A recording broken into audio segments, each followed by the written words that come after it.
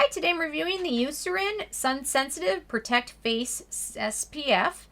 And really quick, I just want to say I purchased all these products with my own money. I'll never waste your time with sponsored ads or videos. So if you want to help support the channel, check out nobsbeauty.com, check out my Patreon community, or click on the Amazon link below. Okay, so finally having a chance to review my Eucerin, which I kind of smuggled into the country, although now I'm getting more creative with my smuggling. So very excited to finally get to try some of the Eucerin's skincare products too, because in the US, most of the Eucerin stuff we just see is like body lotion. So very excited. Or their lip balm, which is great too. Okay, so Eucerin calls this their Sun Sensitive Protect Face Sun Fluid. Is a facial sunscreen for the combination to oily sensitive skin. It offers a biological cell protection thanks to glycerinic acid, which repairs the DNA from the skin damaged by UV rays. Aka-Uvinul A protects the skin against free radicals, reduces redness, and calms minor inflammations thanks to its antioxidant and anti-inflammatory properties. Unperfumed with a light, non-greasy texture, this sunscreen protects, soothes, and mattifies combination to oily, sensitive skin. And I've certainly got quite a lot of thoughts on this one. Okay, so let me get to my first criteria, which is packaging. Plastic bottle.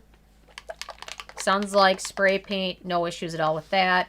Although I do wish the dispenser tip of this was a little different, because it's very fluid, as in the title, and it really has a tendency to really pour out. So something a little bit different would have been a little bit better, but overall it's pretty effective, so no issues at all with that, although a slight issue. Okay, then we come to denatured alcohol, and it is the 6th ingredient in this sunscreen. Certainly not as high up as we've seen with some other sunscreens. We've seen them in the Biore. I think it was the 2nd ingredient, which is a lot. Going from the 2nd ingredient to the 6th is a huge difference, but it still is a decent amount of alcohol to the point where you can kind of smell it. It also helps this product give it its dry texture. It sets to a really dry finish. So, in my opinion, if you have very sensitive skin, you might be better off passing on this one because of that.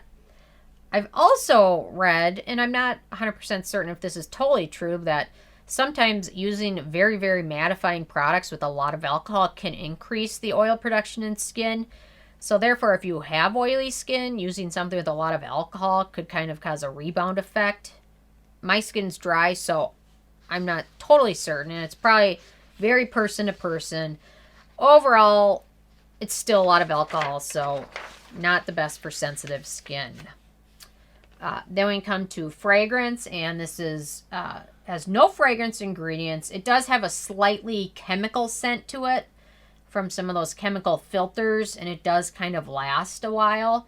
But overall, there are no fragrance ingredients, so no issue at all with that. Then I get to the manufacturing location for this one, and this one is made in Poland, which I don't think I've seen anything from Poland yet. So no issues with that, so hopefully I'll see more from them. Then we come to SPF, and this one has an SPF 50 plus. And the plus indicates it's 50, but it's really higher than 50, but we can't say it.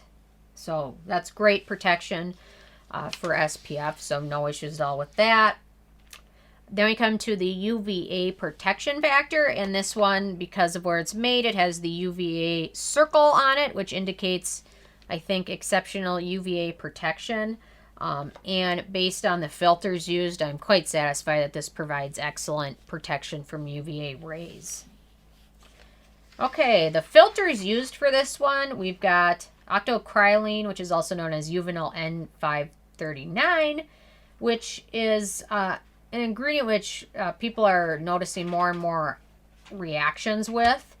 I'm not sure if it's that people are trying more chemical sunscreens, but it sounds like it's a chemical filter, which some people can have some issues with. It's also an oil-soluble chemical sunscreen agent that protects the skin in the UVB and somewhat in the UVA II range. So its protection is not strong enough on its own, but is quite photostable and used often to stabilize other UV filters such as Avobenzone. So it's also used to improve the water resistance of some products. Then we come to the next filter, which is Avobenzone, which is a UVA ray absorber, so no issues with that. Then we come to the next one, which is Tinsorb S, which is a very photostable filter, which absorbs both UVB and UVA rays. Then we've got homosalate, which is an oil-soluble chemical sunscreen agent which protects the skin from UVB rays. It's not a strong UV filter in and of itself, but it can be combined with other sunscreens to give you proper protection. Its big advantage is that it can help other sunscreen agents such as Avobenzone. Then we come to the next one. It's got quite a long list of filters here. The phenylbenzoyl sulfonic acid, which is also known as ensolozole. That is bad, but I tried. Do I get an A for effort for that? Which is a chemical sunscreen agent that gives protection in the UVB range. There we go. Then we've got titanium dioxide, which is a UVA and UVB ray blocker. It's got nice broad spectrum coverage and is highly stable. This version used in this one is in the nano form, which is basically, it means that the particle sizes that they used for the titanium dioxide are smaller or very small. The smaller the particles are, the better SPF protection you get from them. However, the worse the UVA protection you get from them is. So it's really, manufacturers really have to strike a balance between them. Small particles provide greater transparency, aka like a white cast, things like that. But larger particles often offer greater UVA protection.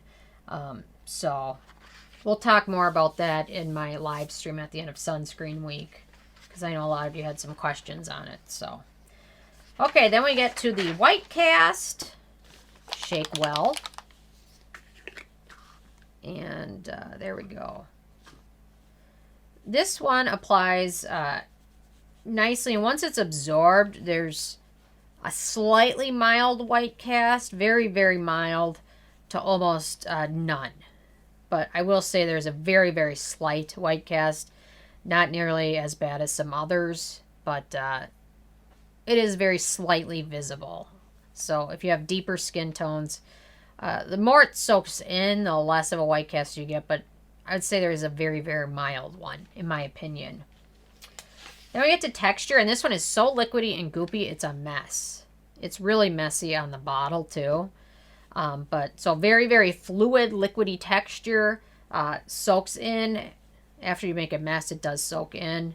But since it's very liquidy, it allows you really to get a good, generous application of it, and absorbs quickly.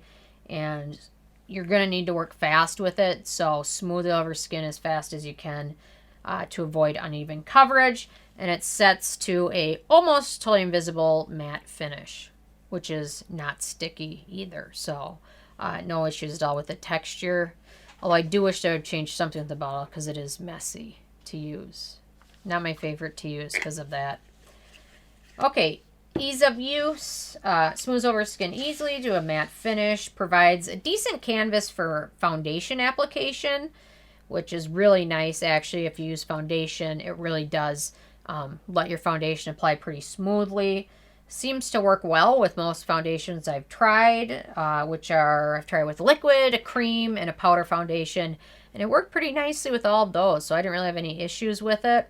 And even if you apply it over some layers of skincare, it seems to apply pretty nice, although it can pill a bit if you use it over several layers. So keep that one in mind. I try and make my morning routine as short and sweet as possible, so that's just me.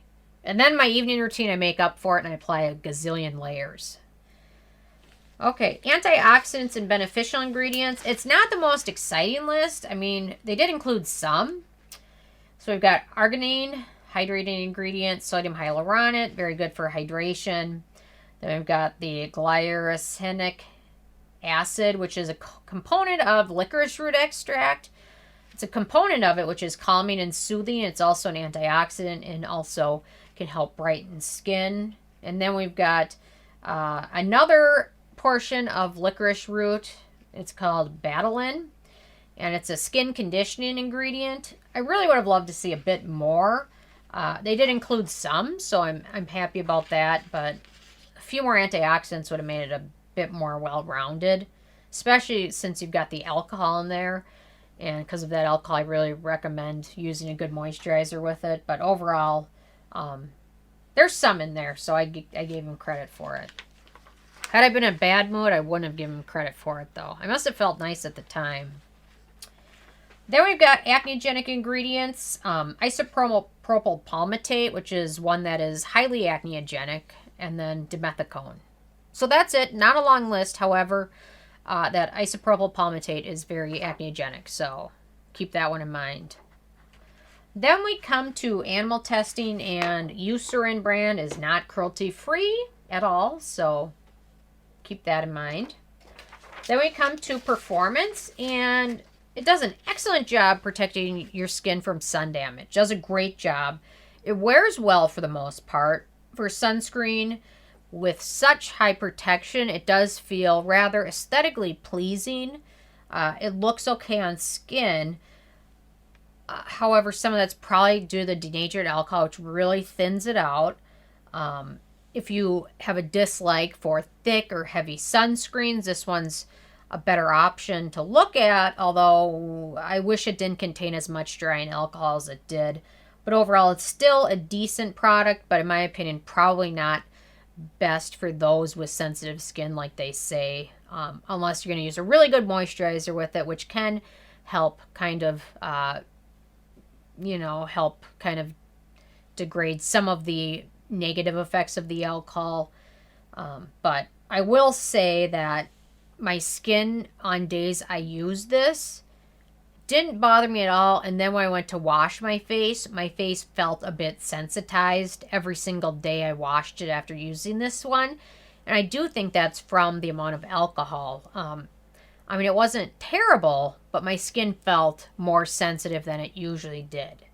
And it's got to be from the alcohol. So, or it was the combination of the alcohol and the chemical. There's kind of a give and take there too. So keep that one in mind. That's why, in my opinion, not the best for sensitive skin. Then when we come to price, this is a full size, which is 1.69 ounces or 50 milliliters. And it retails for about $19.20, which is 39 cents per milliliter, making it relatively affordable. Although I have a feeling the more you use it, the faster it'll go just because of that liquidy consistency. A little bit of it really doesn't go a long way, so keep that one in mind as well. Okay, so out of a score of 15 being perfect, this one got a 12, which I'm kind of happy with, although it's not the most perfect sunscreen. It's got some flaws in there, so I'll certainly use it, but I don't think I would use it for 30 days in a row again, just because of how sensitized my skin felt at the end of the day. I can handle that once in a while if I need some extra protection, but it's not pleasant every single day. And it really made me change up my evening routine as well, because my skin's sensitized. You can't use a retinol, you can't use an exfoliant, you can't use vitamin C, things like that. So anyway, it's got some good things going for it and some negative things. So kind of torn on it overall, but anyway, I'm interested in hearing from you guys if you've had a chance to try this one out yet. And if you have what your thoughts are, so leave a comment. I love hearing from you guys. And stay tuned for more tomorrow. Thank you so much.